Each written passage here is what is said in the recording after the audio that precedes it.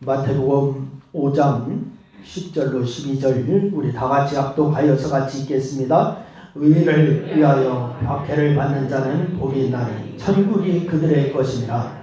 나로 말미암아 너희를 욕하고 박해하고 거짓으로 너희를 거슬려 모든 악한 말을 할 때에는 너희에게 복이 있나니 기뻐하고 즐거워하라. 하늘에서 너희 상이 큼이라.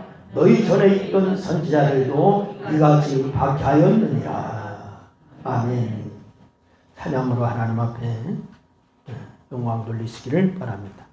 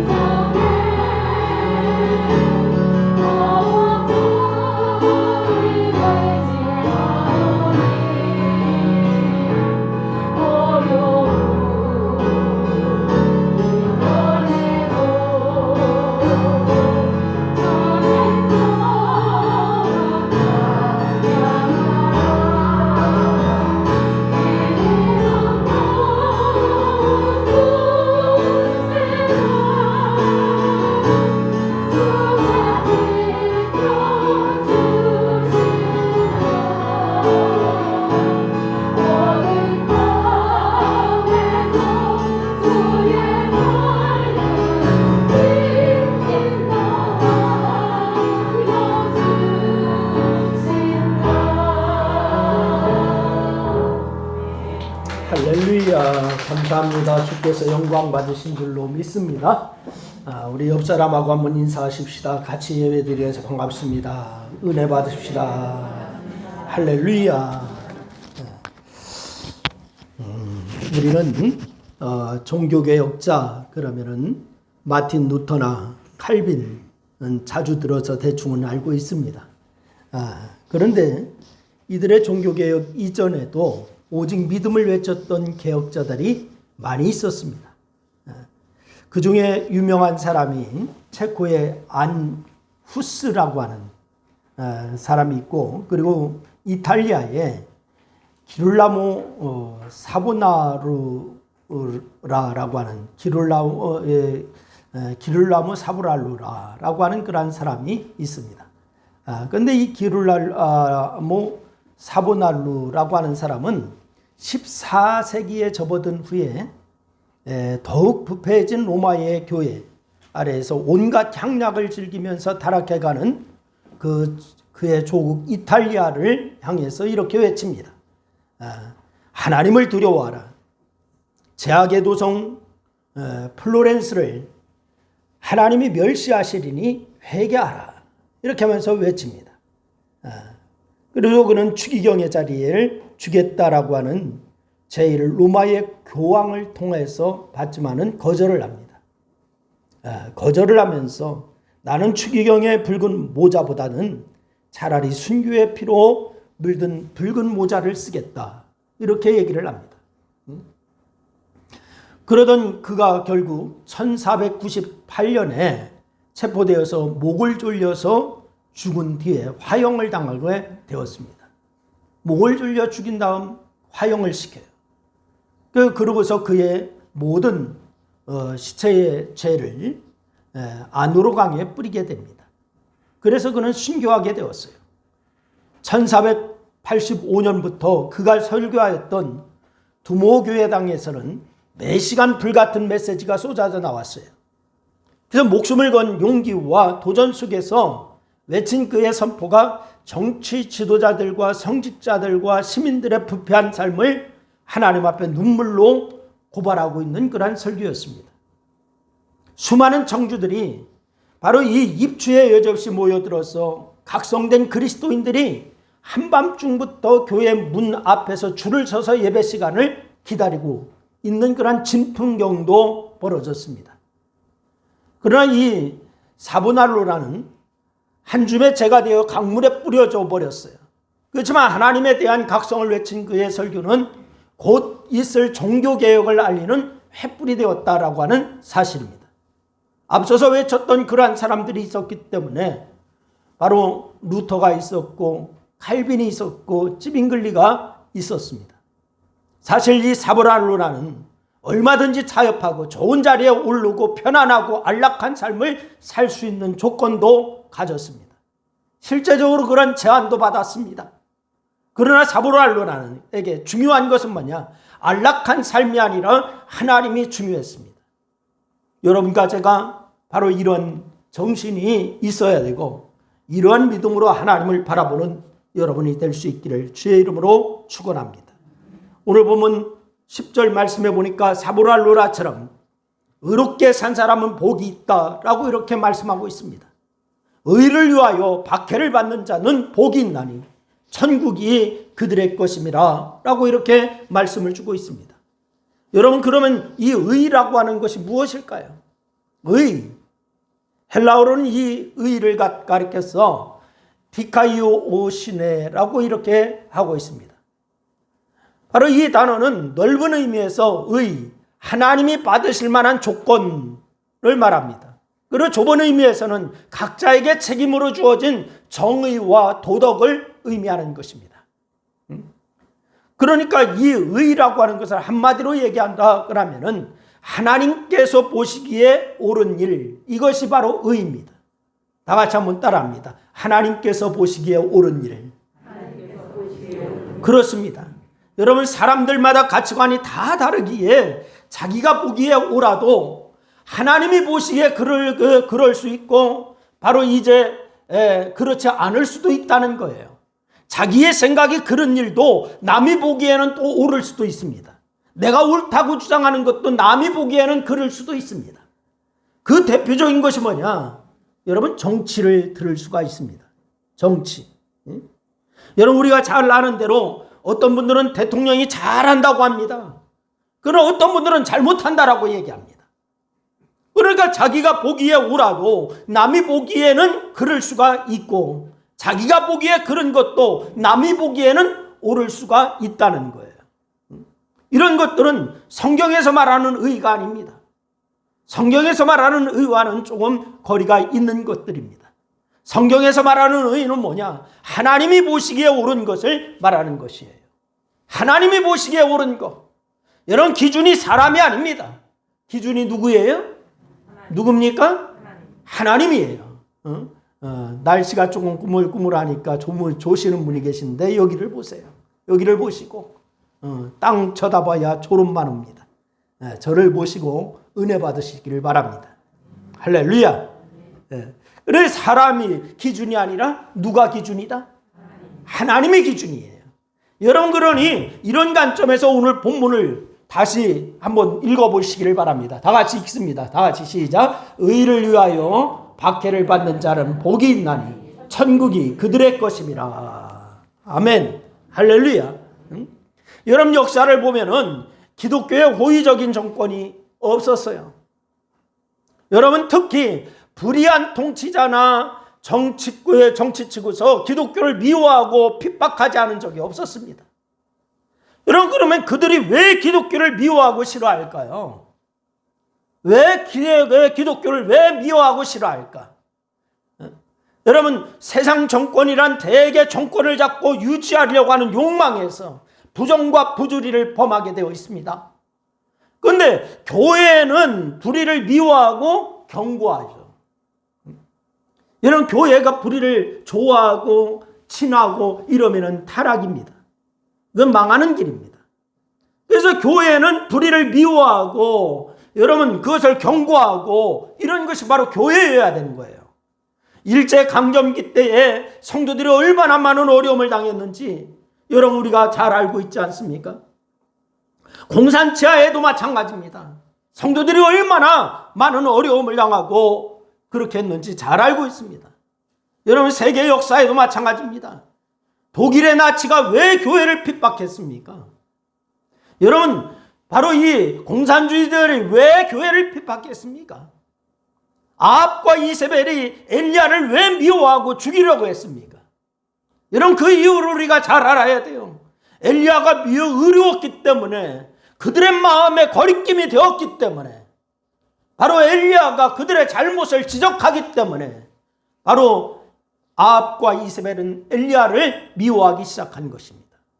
아모스 선지자는 당시의 이스라엘의 사회의 악을 신랄하게 공격하다가 권력층의 핍박을 받았습니다. 이사야 선지자도 그 당시의 음란과 사치와 불의한 관원들의 죄를 책망하고 모든 특권층을 향해서 죄를 회개하라고 외쳤습니다. 그러다가 마지막에 톱으로 켜서 순교하였습니다. 예레미야 선지자도 민족의 죄악을 생각하고 울고 외치고 호소하였으나 오히려 미워하고 핍박하고 구덩이 속에 잡아놓기도 하고 옥에 가두기도 하고 온갖 모욕을 다 당하게 되었습니다. 그리고 마지막에 죽게 되었습니다. 그래, 그리스도의 제자로서 성도로서 여러분이 세상에서 하나님의 말씀대로 순종하고 살면은 반드시 핍박과 미움이 뒤따른다라고 하는 사실을 여러분 명심하시기를 바랍니다. 그래서 제가 여러분에게 가끔 말씀드리는 거예요. 예수 믿는 거 쉬운 거 아니라고요. 여러분, 말씀대로 순종하고 살면은 반드시 핍박과 미움이 뒤따르게 되어 있습니다. 그러나 두려워하지 말고 낙심하지 말아야 돼요. 왜냐? 그런 우리를 하나님이 사랑하셔서 우리와 함께 하시고 우리를 도와주시는 줄로 믿으시기를 바랍니다. 성경에서 말씀하는 대로 어떠한 고난과 핍박도 우리를 하나님의 사랑에서 끊을 자가 없다라고 로마서 8장 38절 39절 말씀에 우리에게 분명히 말씀을 주고 있어요. 그리고 주님도 이렇게 말씀하십니다. 요한복음 15장 19절 말씀해 보니까 주님이 말씀하시죠. 다 같이 한번 읽겠습니다. 시작. 너희가 세상에 속하였으면 세상이 자기의 것을 사랑할 것이나 너희는 세상에 속한 자가 아니요 도리어 내가 너희를 세상에서 택하였기 때문에 세상이 너희를 미워하느니라. 여러분, 주님은 우리가 주님을 따라 믿음으로 바로 살면은 당연히 우리에게 핍박과 고난이 있다라고 말씀하셨어요. 여러분, 그런데 우리는 지금까지 어떻게 착각하고 살았나요? 주님을 따르면 우리에게 복이 있다, 평안이 있다, 탄탄대로가 열린다, 자손 만대까지 먹고 산다, 이것만 생각하고 살았어요. 그럼 타협하고 말씀에 눈 감아버리면 고난도 어려움도 핍박도 당연히 없습니다. 그러면은 그런 사람에게는 당연히 하나님 나라도 없습니다. 우리가 잘 알듯이 지금 우리는 신앙생활하는데 어려움이 많은 때를 지금 살고 있습니다. 예배드리는데 어려움이 많은 그런 때를 살고 있습니다. 그리고 교회도 많은 어려움을 겪고 있습니다. 어찌 보면 교회 다니는 것을 감추고 싶은 시대를 여러분과 제가 살고 있는지도 몰라요. 오늘 우리가 지금 예배 드리고 있습니다. 여러분 다 마스크 쓰고 있지만 제가 오늘 마스크 안 썼어요. 설교하느냐고. 설교 예배 시간에는 제가 마스크를 벗고 다 저도 마스크를 쓰는데 오늘 공무원이 왔으면 제가 300만 원 벌금을 내야 돼. 오늘. 여러분, 국민교회 보도에 의하면 코로나로 인해서 교회가 가장 많은 어려움을 당하는 것을 알면서도 정부는요, 교회 소상공인들에게 주는 지원금 1절 주지 않았지요. 아니, 논의 자체 아예 제외시켜버렸습니다. 미국의 경우는 좀 달랐어요. 여러분, 그들은 바로 다 이렇게 지원금도 동일하게 줬어요. 아무리 양보하고 또 양보해서 생각해보아도 교회를 향한 언론의 보도가 너무 편파적이고 심하다라고 하는 생각을 지울 수가 없어요. 마치 교회가 코로나19의 바이러스를 만들어 퍼뜨리는 것처럼 보도하고 있습니다. 기독교 언론에서 보도가 나간 것처럼 이 많은 직장에서 지난주에 교회 갔다 온 사람 말하라 라고 얘기하고 있습니다. 많은 직장에서 교회 가지 말아라 얘기하고 있어요. 여러분, 아무리 생각해보아도 다른 종교에 비해서 훨씬 가혹합니다. 차별금지법을 만드는 사람들이 도리어 기독교를 차별하는 모습을 보이고 있습니다. 이렇게 우리는 믿음을 지키고 신앙을 지키기 어려운 시대를 지금 살아가고 있어요. 이런 시대를 살아가고 있는 우리에게 저는 오늘 본문의 말씀을 우리가 생각하여야 한다라고 생각이 들어요. 의를 위하여 박해를 받는 자는 복이 있나니 천국이 그들의 것임이라. 할렐루야. 이 말씀이 예사롭게 들리지 않습니다. 그럼에도 주님은 우리에게 말씀하십니다. 하나님이 보시기에 옳은 일을 하다가 박해를 받는 자는 복이 있다. 이렇게 말씀하고 있습니다. 우리는 그 의미를 생각해 보아야 돼요. 이 말씀의 의미가 무엇일까? 첫째는 박해 아래 신앙을 지키는 것이 어렵기 때문에 그렇습니다. 박해 아래 신앙을 지키는 거 쉬운 일이 아닙니다. 제가 조금 전에 교회가 당하는 어려움, 그리고 예수 믿는 사람으로서 당하는 어려움 여러분에게 말씀드렸어요. 우리 입장에서는 그런 일들이 참 어려운 일들입니다. 그런데 우리 주님이 말씀하시는 박해에 비하면은 여러분 사실 아무것도 아닙니다. 기독교 순교자를 연구한 책들을 보면은 예수를 믿다가 순교한 사람이 여러분 대략 5천만 명이 넘는다라고 얘기합니다. 5천만 명이 넘는다. 이것은 정확한 통계를 내기 어려운 일이라 이보다 훨씬 더 많을지도 몰라요. 그런데 이들이 죽음을 맞이한 이유가, 왜 죽음을 맞이했느냐? 오직 하나, 예수 믿는다고 하는 이유 때문입니다. 다른 거 아니에요. 예수 믿는다고 하는 것 때문에. 히브리서 11장 36절로 37절 말씀해 보니까 이들이 어떤 핍박과 박해를 받았는지 설명이 나오고 있어요. 우리 다 같이 한번 읽어보겠습니다. 히브리서 11장 36절로 37절 말씀 시작. 또 어떤 이들은 더 좋은 부활을 얻고자 하여 심한 고문을 받되 구차히 풀려나기를 원하지 아니하며, 또 어떤 이들은 조롱과 채찍뿐 아니라 결박과 옥에 갇히는 시련도 받았으며 돌로 치는 것과 톱으로 켜는 것과 시험과 칼로 죽임을 당하고 양과 염소의 가죽을 입고 유리하여 궁핍과 환난과 학대를 받았으니. 여러분이 히브리서가 말하는 대로 로마 제국 아래 많은 그리스도인들이 심한 박해를 당했습니다. 그리스도인들은 단지 가이사, 즉 황제는 주님이라고 부인했다는 이유로, 가이사 황제가 주님이다라고 하는 거 이거 부인했다라고 하는 이유로, 오직 예수만 주님이시다라고 고백함으로, 즉 황제는 주인이다, 이거 부인했다는 이유 때문에 바로 이 콜로세움 형장에서 짐승의 밥이 되기도 했습니다. 노예로 팔려가기도 했습니다. 이런 기독교를 박해한 황제들을 보면은 그 유명한 네로 황제가 있어요. 로마의 화제의 책임을 다 기독교인들에게 돌리면서 가혹하게 핍박했습니다.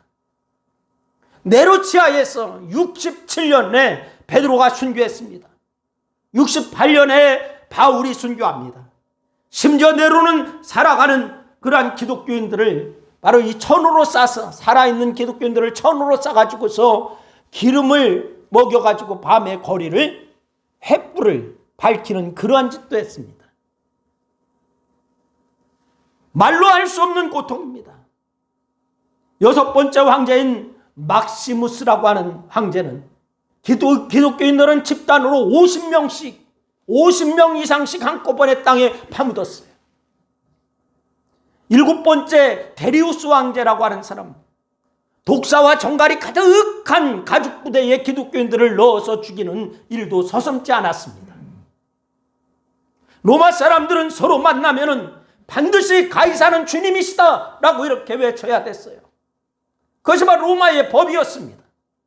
여러분, 그렇습니다. 나의 주님은 가이사입니다 라고 그들이 외쳤어요. 여러분, 그러나 기독교인은 그렇게 할 수가 없었습니다. 이런 고난을 그리스도인들이 당했습니다. 가이사는 로마 황제의 칭호로서 황제 외에 그 누구도 왕이 될 수가 없어요. 황제의 말이 곧 법이에요. 그런데 그리스도인들은 주인은 오로지 예수 그리스도시기에 결코 가이사가 주님이라고 고백할 수가 없었습니다.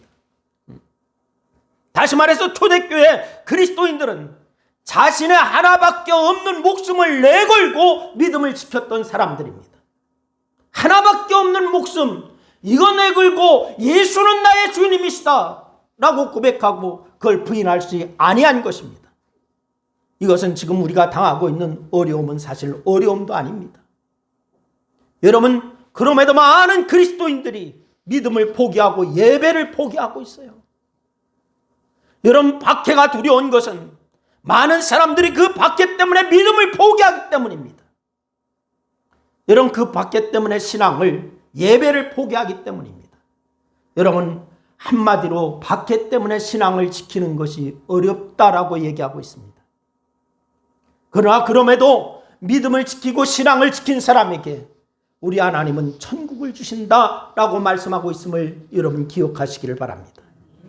영원한 하나님 나라를 주신다. 그러니 우리는 이 정도 어려움은 어려움도 아니고 박해도 아니기에 능히 이겨내시기를 주의 이름으로 축원합니다. 두 번째는 박해로 인해서 우리가 낙심하고 실망하기 때문이에요. 박해로 인해서 내가 낙심하고 실망합니다. 여러분, 누가복음 24장 말씀해 보니까 예수님이 십자가의 죽임을 당하자 엠마오로 내려가는 두 제자의 이야기가 나오고 있어요. 요한복음 21장 말씀해 보니까 부활하신 예수님을 만나고도 물고기를 잡으러 가는 제자들의 이야기가 나오고 있습니다. 그러면은 제자들이 왜 다시 물고기를 잡으러 갔을까요? 한마디로 낙심하고 실망했기 때문에 물고기를 잡으러 간 거예요. 뭐 했기 때문에요? 뭐 했기 때문에? 낙심하고 실망했기 때문에. 누가복음 24장 21절 말씀해 보니까 두 제자가 낙심한 이유를 얘기하는데 뭐라고 하느냐? 이는 이 사람이 이스라엘을 속량할 자라고 바랐노라. 이렇게 얘기합니다. 다시 말하면 예수님이 이스라엘의 왕이 되어서 자기들의 한 자리씩 차지할 줄 알았는데 전혀 그렇지 않았다. 이스라엘을 유토피아로 만들어줄 줄 알았는데 그렇지 않았다. 그래서 낙심하고 실망했다. 이렇게 얘기하고 있습니다.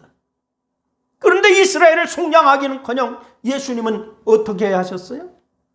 어디에 돌아가셔요? 십자가에 돌아가셨어요. 죽어버렸다. 제자들이 고기를 잡으러 간 이유도 다르지 않습니다. 성도들도 박해가 오고 어려움이 오면은 따라오는 것이 뭐냐? 낙심이요, 실망입니다. 하나님이 지켜주신다고, 하나님이 힘주신다고, 하나님이 고난을 물러가게 해주신다고 했는데 왜 우리에게 이런 어려움을 주시나? 그래서 우리가 낙심하고 실망합니다. 이런 하나님을 이해할 수가 없어. 하나님은 나를 떠났나 봐. 이렇게 얘기합니다. 난 이런 하나님을 믿을 수가 없어. 많은 사람들이 그렇게 낙심하고 실망합니다. 이것이 연약한 우리의 모습이에요. 여러분, 이런 우리의 모습을 아시기에 주님은 뭐라고 말씀하시느냐? 하나님의 나라, 즉 천국을 주신다라고 말씀하셨어요. 어디를 주신다고요? 천국을 주신다. 예수를 믿고 그 믿음을 마지막까지 지킨 사람이 가는 곳, 그것이 바로 천국입니다. 중도에 포기한 사람은, 배신자는 갈 수가 없는 곳, 그것이 바로 천국입니다. 고난과 박해를 이긴 사람에게 그 귀한 천국이 주어지는 줄로 믿으시기를 바랍니다. 그래서 찬양 복음성가에 보니까 예수님을 외면하며 세상 따라 살던 중, 이 찬양이 있어요. 예수님을 외면하며 세상 따라 살던 중 교만 욕심 죄악으로 내 뜻대로 방황하다 넘어지고 병들어서 세상 사람 조롱할 때 주여 어디 계십니까? 이제에 울고 있어요. 사랑하는 자녀야, 내 너를 위하여 사랑하는 아들까지 손과 발못 박았던 나 당자처럼 길을 잃고 절망 속에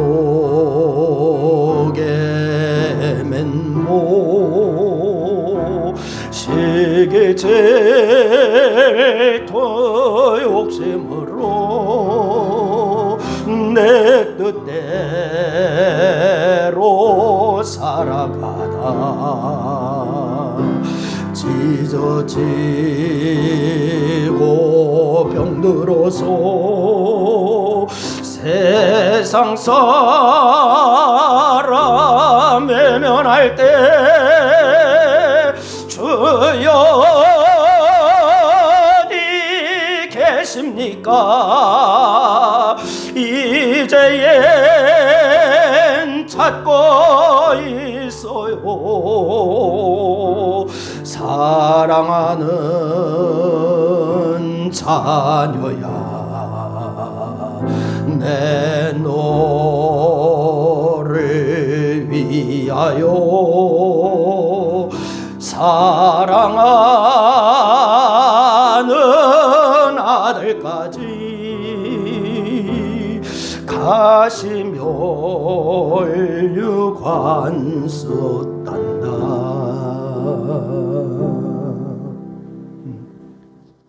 주님, 왜 나를 떠났어요? 왜 나를 안 돌아보세요? 주님 나 어려워요. 근데 주님 어디 가셨어요? 나 잊어버렸어요. 우리 실망하고 좌절할 때 많아요. 응? 근데 주님은 분명히 말씀하세요. 사랑하는 자녀야, 내 너를 위하여 사랑하는 아들까지 손과 발 못 박았지 않냐. 사랑하는 자녀야, 내 너를 위하여서 사랑하는 아들까지 가시관을 썼지 않냐. 사랑하는 자녀야, 내 너를 위해서 사랑하는 내 아들까지 십자가에 달렸지 않느냐. 주님 그 말씀하시죠. 이렇게 자기가 죄를 지어도 힘든데 예수 믿다가 박해를 당한 사람에게 오는 실망과 낙심이 여러분 얼마나 클까요? 능히 믿음과 신앙을 빼앗아갈 뻔하지요. 그러나 거기에 지거나 넘어지지 말 수 있기를 바랍니다.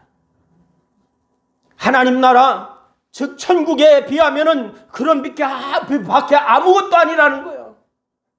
로마서 8장 17절 18절 말씀해 보니까 이렇게 얘기하고 있습니다. 자녀이면 또한 상속자요, 곧 하나님의 상속자 그리스도와 함께 한 상속자니 우리가 그와 함께 영광 받기 위하여 고난도 함께 받아야 할지니라. 생각하건대 현재의 고난은 장차 우리에게 나타날 영광과 좋게 비교할 수가 없도다. 할렐루야. 장차 우리가 받을 영광과 비교하면은 이 고난과 박해는 별거 아니라는 거예요. 여러분 지금 예수 믿는다고 하는 것 때문에 시선이, 눈총이 따갑다라고 느껴지십니까? 이거 별거 아니라는 거예요. 세상이, 언론이 교회를 폄하하고 비하하고 교회에 다니는 사람에게 논충을 준다 해도 장차 우리가 받을 영광에 비하면 아무것도 아니다.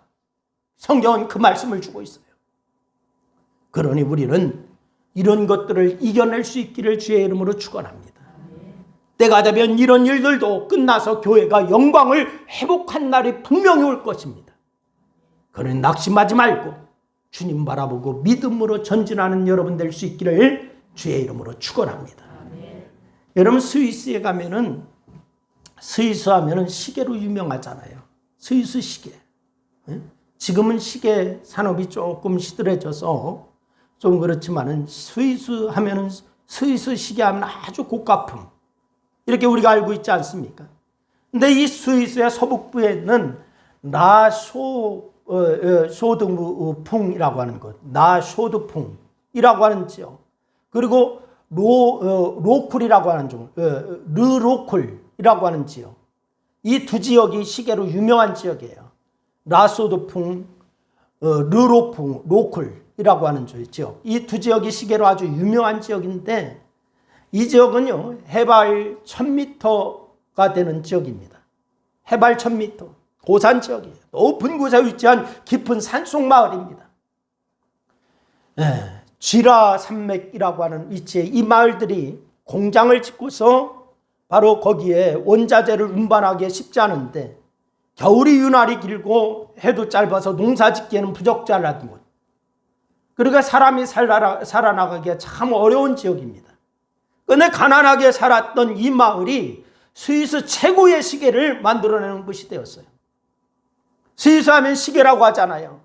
그런데 이 마을은 그 중에서도 더 정교하고 아름다운 시계를 만들어내는 유명한 곳입니다. 그래서 이 마을이 이처럼 시계로 유명하게 된 것이 왜 그렇게 됐느냐? 종교개혁과 깊은 관련이 있습니다. 16세기에 프랑스에서 로마 천주교로부터 개신교도들이 얼마나 많은 핍박을 받았는지 몰라요. 16세기에 로마 천주교로부터 개신교도들이 많은 핍박을 받습니다. 그래서 이 개신교도들이 이곳으로 흩어져 들어온 거예요. 이 산속 깊은 곳으로 흩어져 들어왔어요. 그 중에 칼빈을 따르던 신앙의 사람들이 박해를 피해서 스위스에 와서 이곳에 정착을 하게 되었습니다. 그러고서 시계 제조업을 하게 되었어요. 그런데 당시에 제네바를 다스리던 칼빈이 검소한 생활을 강조하면서 사치품이던 보석 금지령을 내리게 되었습니다. 보석을 만들어 팔던 보석 세수의 세공업자들이 일자리를 잃게 돼요. 기독교인들이요. 그런데 대신 솜씨가 좋은 이들이 시계를 제조하게 되었습니다. 보석 제조하던 사람들이. 그래서 이것이 제네바를 중심으로 해서 시계 산업이 발전하게 된 이유 중에 하나예요. 그런데 1970년대에 일본이 값싼 전자시계를 대량 생산하게 되잖아요. 그러니까 슬슬 시계 산업이 큰 위기를 맞았지만은 이들은 과감히 혁신으로 세계 최고의 시계를 만들어내면서 지금도 극복하고 시계 그러면은 바로 스위스 시계 그렇죠. 2016년에 세계 시계 수출로 26조 원을 벌 만큼 세계인들로부터 여전히 인기를 얻고 있는 지역이에요. 라 쇼드퐁과 르로클이라고 하는 그 지역 2009년 세계유산에 등록되었어요. 박해를 이기고 만들어낸 놀라운 일입니다. 박해를 이긴 승리였습니다. 여러분, 예수 믿는 것 때문에 오는 박해와 고난을 이기면은 그 후에는 반드시 하나님의 주시는 영광이 있는 줄로 믿으시기를 바랍니다. 우리는 이것을 잊지 말아야 돼요. 그러기에 하나님 보시기에 옳은 일을 하다가 박해를 받고 여러분 어려움을 당하더라도 여러분 포기하거나 낙심하지 마시기를 바랍니다. 고난 뒤에 오는 영광은 그 고난과 박해와 좋게 비교할 수가 없다라고 말씀하고 있습니다. 이것을 기억하면서 오늘도 어떤 어려움이 있더라도 믿음으로 사는 여러분 될 수 있기를 주의 이름으로 축원합니다. 여러분, 지금 가면 갈수록 신앙생활하기가 어려운 시대가 되고 있어요. 성경과 위배된 것이 세상의 하나의 문화로 자리 잡고 있습니다. 그러나 우리는 그 문화에 흡수되지 말고 우리가 성경에서 말씀하시는 하나님의 말씀을 따라서 굳건히 갈 수 있는 믿음의 사람들이 될 때 천국이 그들의 것임이라 라고 하는 말씀이 여러분에게 성취될 줄로 믿으시기를 바랍니다. 늘 예수 안에 승리하시기를 주의 이름으로 축원합니다. 기도하겠습니다. 우리 말씀을 생각하면서 우리 한 2분 동안 합심하여서 함께 기도하시겠습니다. 같이 기도합니다. 아버지 하나님, 은혜와 사랑을 고맙고 감사합니다. 오늘도 주께서 우리에게 말씀 주셔서 감사합니다. 하나님, 의를 위하여 박해를 받는 자, 핍박을 받는 자 복이 있나니 천국이 그들의 것임이라 라고 말씀하셨사오니 하나님이 우리가 믿음으로 승리하는 자들 되게 도와주시고 주님의 말씀에 따라서 승리하는 자들 다 될 수 있도록 하나님 역사하여 주시기를 원합니다. 아버지 하나님, 이제 아버지는 믿음 지키기가 어렵고 신앙생활하기가 어려운 시대가 도래했지만은 그러나 아버지 하나님 우리가 믿음으로 전진하는 저희들 되게 도와주시고 오직 아버지 하나님의 박해로 인하여 우리가 낙심하거나 실망하지 않게 하시고 박해로 인하여 신앙을 지켜야 박해 때에도 신앙을 지켜나가 하나님 앞에 아버지 하나님 잘했다 칭찬받으며 오히려 영광을 차지하는 천국을 차지하는 아름다운 성도들이 다 될 수 있도록 하나님 역사야 주시옵소서. 영광 가운데 함께 하신 아버지 감사하며 예수님의 이름으로 기도했습니다. 아멘. 아멘. 할렐루야. 오늘 광고 말씀을 드리겠습니다. 교회 소식인데 여러분 오늘 예배에 참여한 여러분들 주님의 이름으로 환영하고 늘 믿음 안에서 승리하는 여러분 될 수 있기를 바랍니다. 할렐루야. 코로나 바이러스 1.5단계로 좀 올렸다라고 하죠.